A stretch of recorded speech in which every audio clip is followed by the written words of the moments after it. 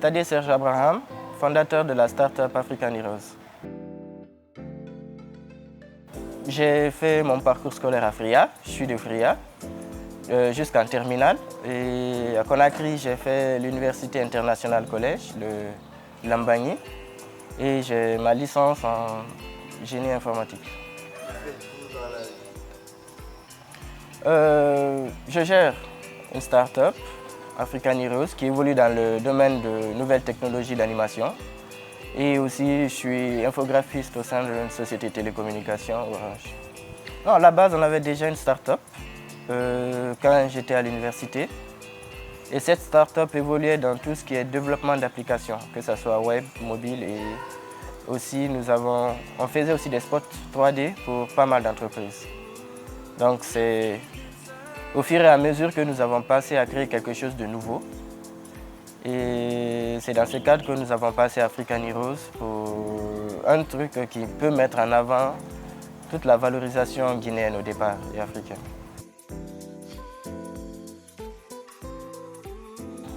Bon, pour l'idée c'est à Bofa, quand il y avait des pèlerinages annuels là.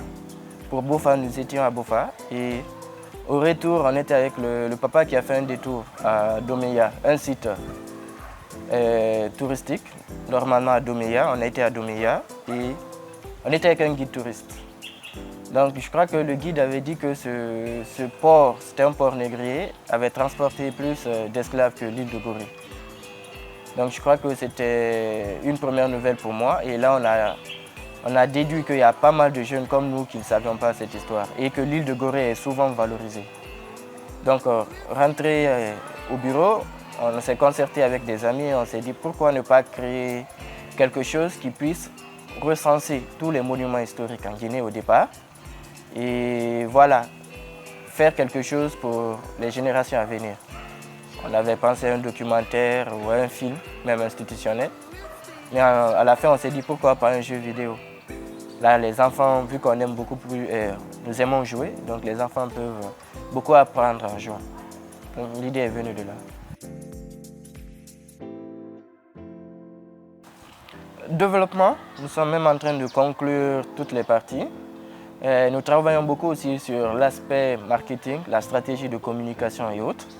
Vu que le nom même l'indique African Heroes, donc ce n'est pas normalement en Guinée, il faut que nous pensons élargir nos communications aussi au-delà de la Guinée, que ce soit au Sénégal, en Afrique du Sud, en Angola et autres, et nous travaillons dessus. Ouais, les difficultés, même là nous avons des difficultés, nous rencontrons des difficultés tout le temps. Au départ, c'était plus lié au matériel.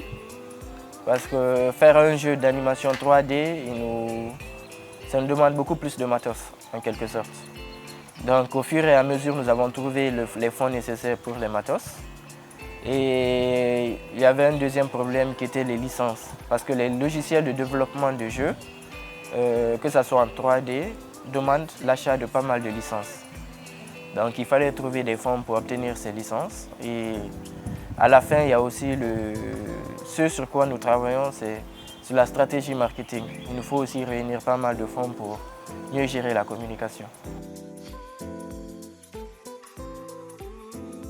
Ouais, le plus grand rêve, c'est avoir le plus grand studio d'animation en Afrique en Guinée.